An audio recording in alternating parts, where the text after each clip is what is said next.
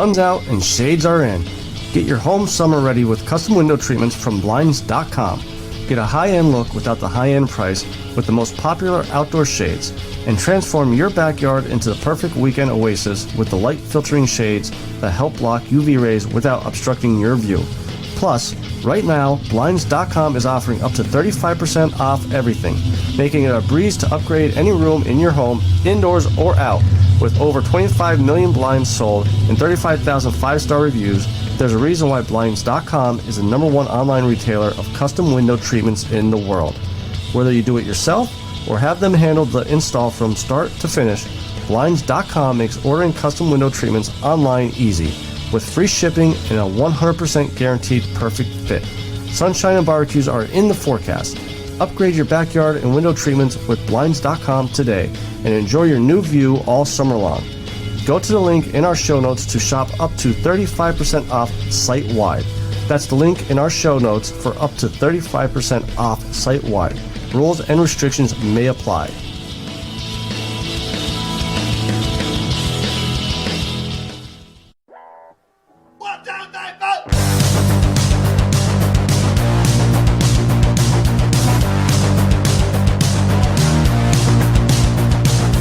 You heard the rest.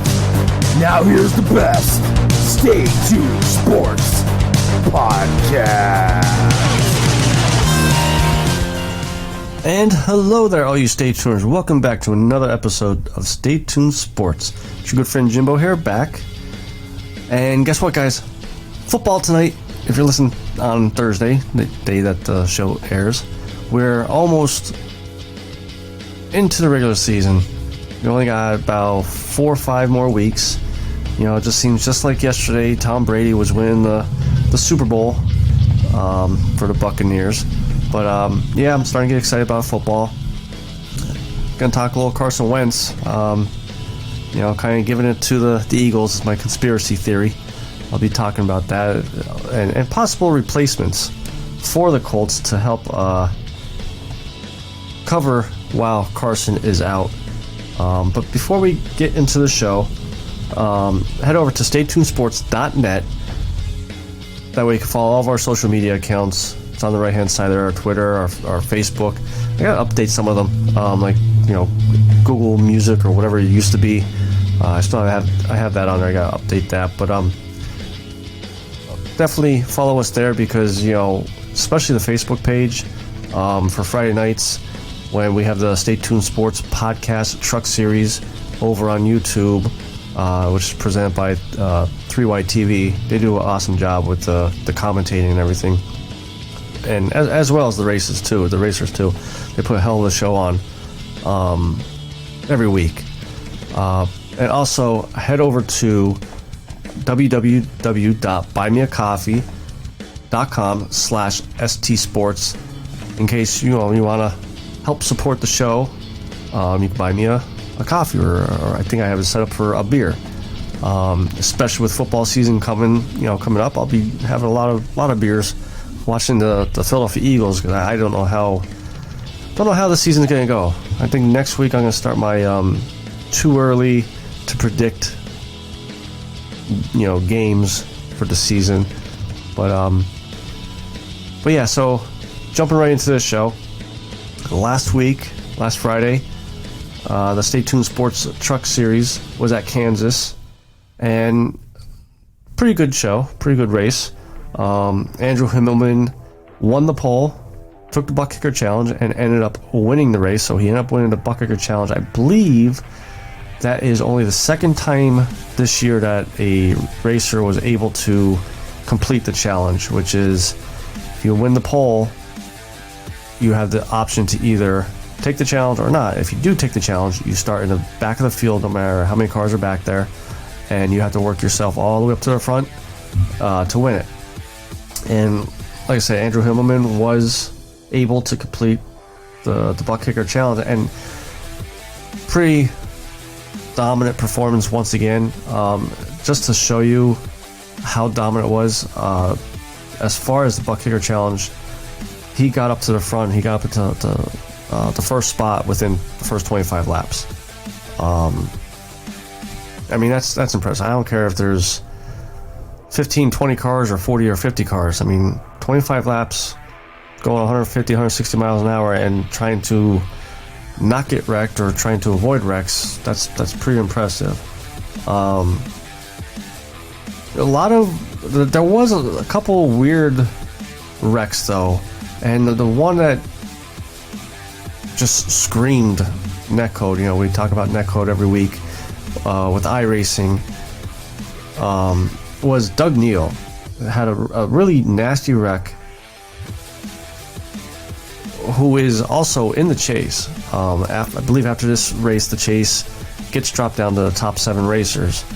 And, I mean, there was clear space between him and another driver, probably a good foot or two of space, and still spun him out, smashed into the wall, But luckily, he's locked into the next round, I believe. And even on the broadcast, Drew Eisman even brought up, that's one of his best big pet peeves. And, probably a big pet peeve of a lot of racers. They think, iRacing should be able to figure out this netcode by now. Or at least make it a little bit not so obvious, something like that. I mean, I understand it's hard to figure out where 2 trucks or 3 trucks are going to be all at one time because of internet connections and different reasons that go into it.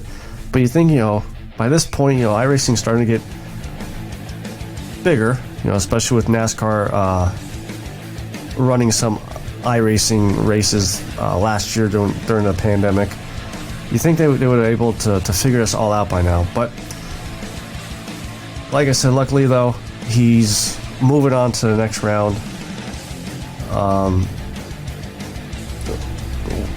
One really good battle, which was up front for, I would say, probably a good 5-10 laps, was JT Poole, Andrew Himmelman, and Matt Cherry. I mean, that was definitely a fun one to watch. JT was passing Matt Cherry, every other lap or so, but Matt Cherry would get it back, trying to catch up to Himmelman, sometimes going 3 wide into the turn.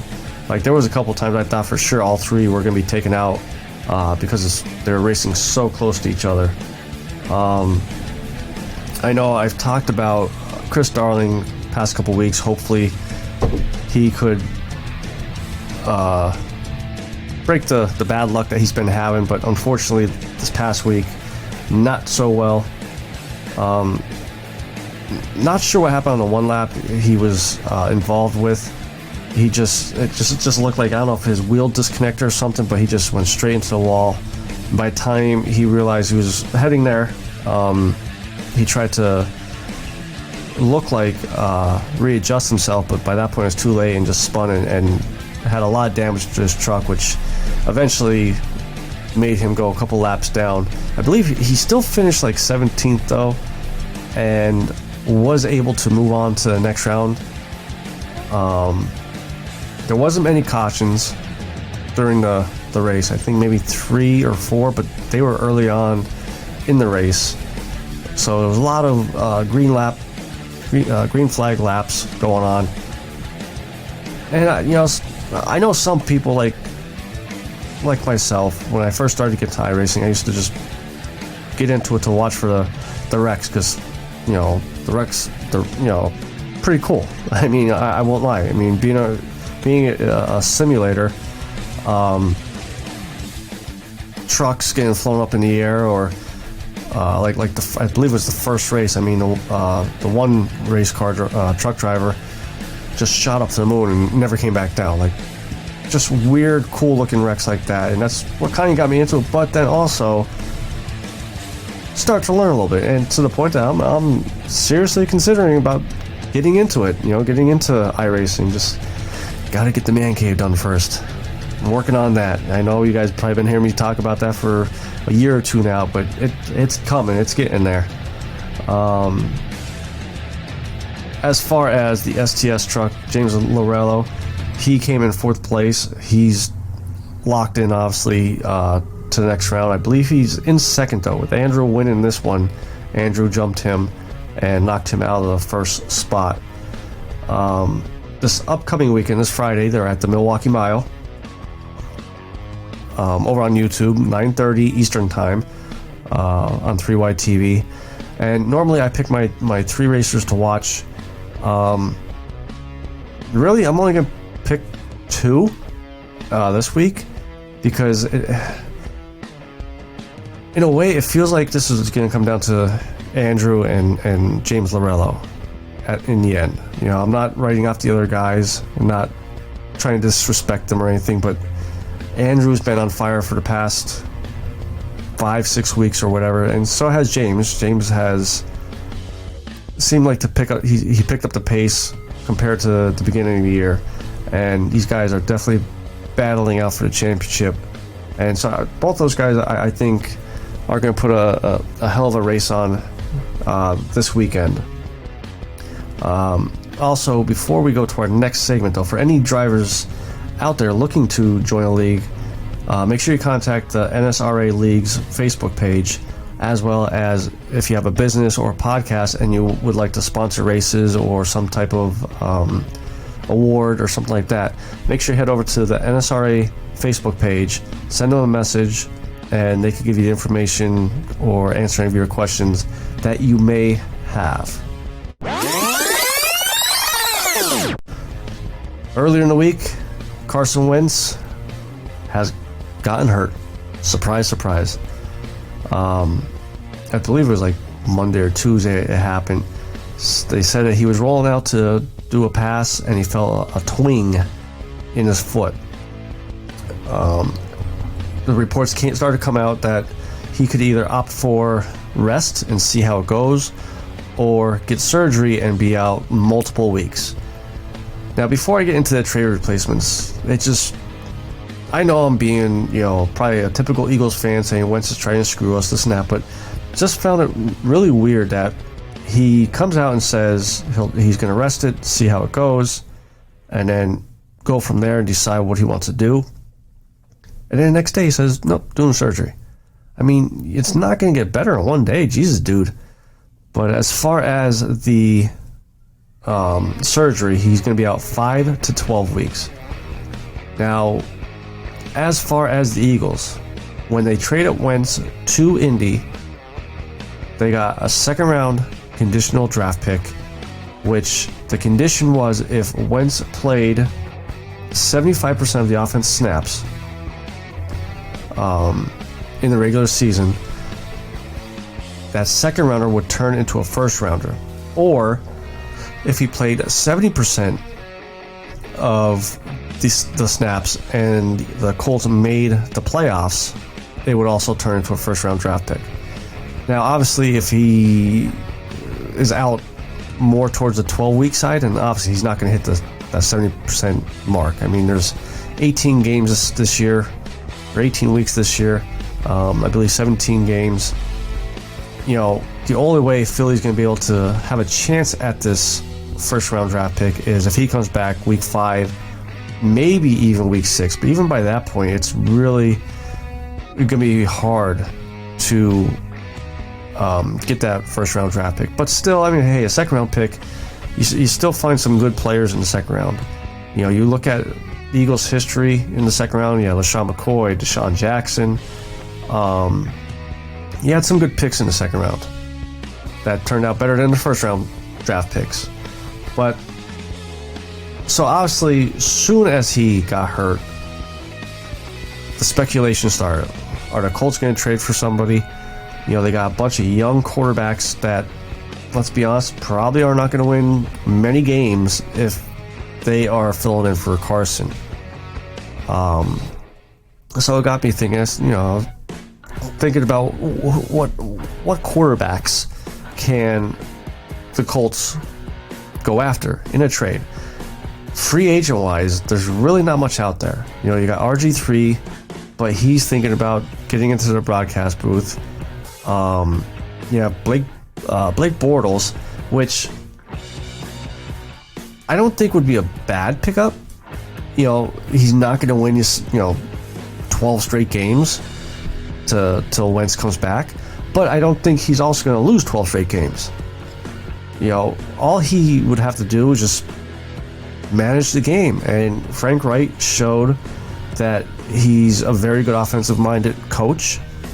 And even with Phillip Rivers last year, towards the end there when Rivers was hurt, he was able to kind of cater the offense around that and still be a good team.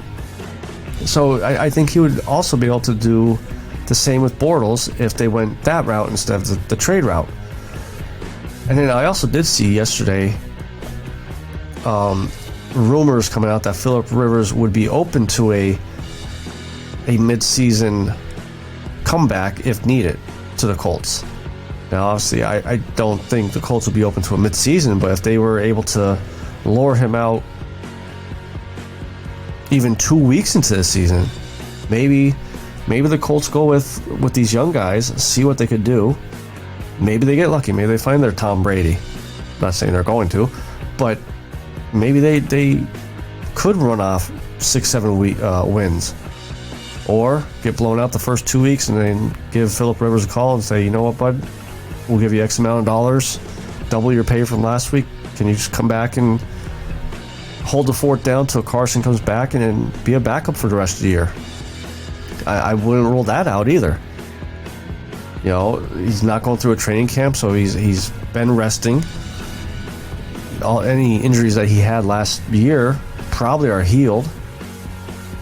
So I think that would be the only three options that they would look at in free agency. Now, as far as trades, this is just funny if this one were to happen. Obviously, Nick Foles, he's really only good in Philly. At least if you look at his career. St. Louis, granted, he had Jeff Fisher, just wasn't good. Bears, he's all the way down to the third-string quarterback now. Jacksonville, in his defense, was just a trash team. You could put Tom Brady on that team, and I don't think it would have been any good, any better even. It was just a trash team. But if you look at Foles, though, Frank Reich was with the Eagles when they won the Super Bowl, which was when Nick Foles got the MVP in the Super Bowl. But the thing is, I don't think Carson would sign off on it. I think it would cause so many more problems than it would be worth. And that's why I think if Nick Foles was the only one quarterback left out there that was available to trade for, if I was the Colts, I'd rather go with the young guys, either scrap the season or go the Phillip Rivers route, because you already have Carson's bloated contract on your books. You bring Nick Foles in. I believe he's getting $4 million this year and like $8 million next year. Yes, $4 million for a quarterback like Foles, I think, is a steal. But then you go into the rest of the season with Carson looking over his shoulder again, especially if Foles plays as well as he did with Philly when Frank Reich was the offense coordinator. And then what does the Colts do then? Do they give Carson the team back? Or do you stay with the high hand? You've shown that you want to win now by trading for Carson for a good quarterback and giving up all that draft, the draft picks, the second, possibly the first, with a third-round draft pick. So you don't want to regress by maybe giving Carson the offense back and then playing bad. And then if he does play bad, will Nick Foles be able to regain that magic, that momentum that he would have earlier in the season? So I don't see Foles going to the Colts, but out of these three quarterbacks I have here, he's the best option if they could pull it off somehow. The other one, this other option, which I think would be the more suitable one if they could pull off the compensation, would be Marcus Mariota. he's not a bad quarterback. I really don't think he is. I think he was just in a bad situation, a wrong situation in Tennessee. I mean, he played good with the Raiders when he came in. You know, when he played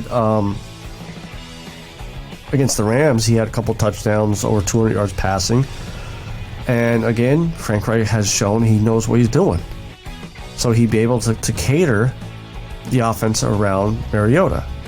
Now, the problem with Mariota being with the Raiders, he just restructured his contract to more of a team-friendly contract. You're going to have to unload picks and probably a player. But now you're back into, you just gave up 3 draft picks for Carson Wentz. So how do you pull it off? You know, if they could pull it off, though, I think that would be definitely a huge upgrade over the young quarterbacks they have right now on the team. And then this other quarterback, which you're all going to probably laugh at me, I guess, in a way, Mitchell Trubisky. I mean, why not? I mean, again, with Chicago, maybe that offense wasn't the right, offense for him. Even though in 50 career starts, he's 29-21 with a Pro Bowl. Now he's backing up Josh Allen right now with Buffalo. So again, he's going to be kind of same situation as Marcus Mariota, where you're going to have to unload draft picks, a lot of them, because if he gets traded to the Colts, who is going to be Allen's backup if he's hurt? I mean, do you trade one of those young kids to the Bills? But also Josh Allen is still young, so it'd be kind of pointless to bring young quarterbacks in unless you're hoping to groom them and be able to flip them for future draft picks. But those are like the only 3 quarterbacks that really stood out to me that would possibly be options if the Colts could pull off the trade. I don't see Foles going, just because, like I said, it'll be more drama than what it's worth to bring him in for, even if it is the 12 weeks. I think Mariota would be the best option. But again, I think the perfect option would be to try a week or 2 with these young guys. If they do good, you roll with them till Wentz comes back. If they don't do good, you give Phillip Rivers a call.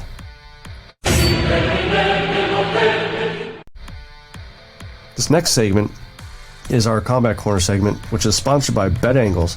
Live scores, odds, and the best expert picks every day. Start winning today at betangles.com. So we got UFC 266 this weekend. Some people are not too excited about it. And I mean, okay, it's not, John Jones versus Dieppe or Conor McGregor's not on it. But the fight between Derek Lewis and Cyril Gane, I think is going to be a good fight. And I think someone's getting knocked out. Anytime there's a good knockout, it's a good card. And that's not the only fight on the card. We also have Jose Aldo and Pedro Munez, who is the co-main event. You got Michael Chiesa versus Vincent Lecou. You have Tisha Torres versus Angela Hill. And yes, I am pronouncing this name the right way. Song Yadong versus Casey Kenny in the bantamweight division. So, I mean, other than maybe this first fight is going to be just like a blah, like a filler fight, those other 4 fights I think are going to be pretty good fights. Especially Tisha Torres and Angela Hill. They had a little beef on Twitter, I believe, and I think they were supposed to fight a few months ago, but I believe Tisha Torres tested positive for COVID, so that's why they rescheduled it to this weekend. So running through the fight card here, like I said, starting off the fight is Song Yadong versus Casey Kenny. I remember watching Song like 1 fight or 2 fights, and he was pretty good. This Casey Kenny, I don't remember really seeing him, so that's why I'm going with Song here. Tisha Torres versus Angela Hill in the women's strawweight division. Listen, Angela Hill is my girl. I'm always going to go with her. She's like, I think as far as the women's division has the most strikes in history in the women's division. At one point last year, I think she was fighting 3-4 times a year. You know, she was pulling the whole Cowboy Cerrone when Cowboy was really good and really active. And I think she could beat Tisha Torres. I think Angela is in the prime of her career right now. Tisha may be still in her prime, but might be more on the back end of her prime. And I think Angela is going to pull off the win here in the women's strawweight division. Then we have Michael Chisay versus Vincent Lecou. I got Michael because, again, he dropped down to the welterweight class, and he had, I forget who his last fight was. I think maybe it was Kevin Lee or something like that. Really good fight, ended up winning. And even though Vincent Lecou is a very tough opponent, this one has potential to be fight of the night. Like, all 3 rounds, non-stop action, maybe some blood type, fight of the night type thing. But I think Michael is going to pull out the win. Then for the co-main event, we have Jose Aldo versus Pedro Munoz. I still believe Jose is a couple of years past his prime. I think he still could put some good fights on, but I think Pedro Munoz pulls out the win here and maybe even makes Jose start questioning his future. Because, I mean, if you can't win the belt, what's the point of fighting? Why put yourself and your body through that torture every time? So, go with Pedro for the co-main event in the bantamweight division. Heavyweight division, like I said, kicking off the segment, believe someone's getting knocked out. I don't think this can go a long round. And this is also an interim heavyweight title fight because Francis Ngannou wants more money, which I don't blame him. What he makes, or what UFC fighters, I should say, make compared to just even bare-knuckle BKFC fighters is outrageous. While UFC and their parent company make billions of dollars off of these fighters, kill themselves. So this is an interim heavyweight title, which is just a glorified number 1 contender fight. I got Derek Lewis. My balls are hot with the knockout. I think the first round is going to be slow. I think they're both going to be kind of filling each other out because they're going to be scared, obviously, of getting knocked out. But I think the second round, you're going to see an uptick in competition output, and I think Derek Lewis lands one and ends it. Hopefully. So, but that is our Combat Corner segment, sponsored by BetAngles. Make sure you guys head over to betangles.com for all your sports bet and live scores and all that stuff. I believe that's going to be it for this week. Make sure you guys head over to staytunesports.net. Follow all of our social media accounts. ST Sports Podcast is our Twitter one and our Facebook one, as well as up on our website up top. There's our merch tab if you want to buy a hat, hoodie, whatnot. If you want to help support the show another way, head over to www.buymeacoffee.com/ST Sports, and you can buy me a beer. It's only like $1, I appreciate $1 beer. And don't forget, Friday, the chase continues for the Stay Tuned Sports Podcast Truck Series over on YouTube, 3Y TV. They're at the Milwaukee Mile. I'm telling you guys, you don't want to miss it. It's going to be a hell of a race. I'm not going to miss it. So, till next week, it's your good friend Jimbo, signing out.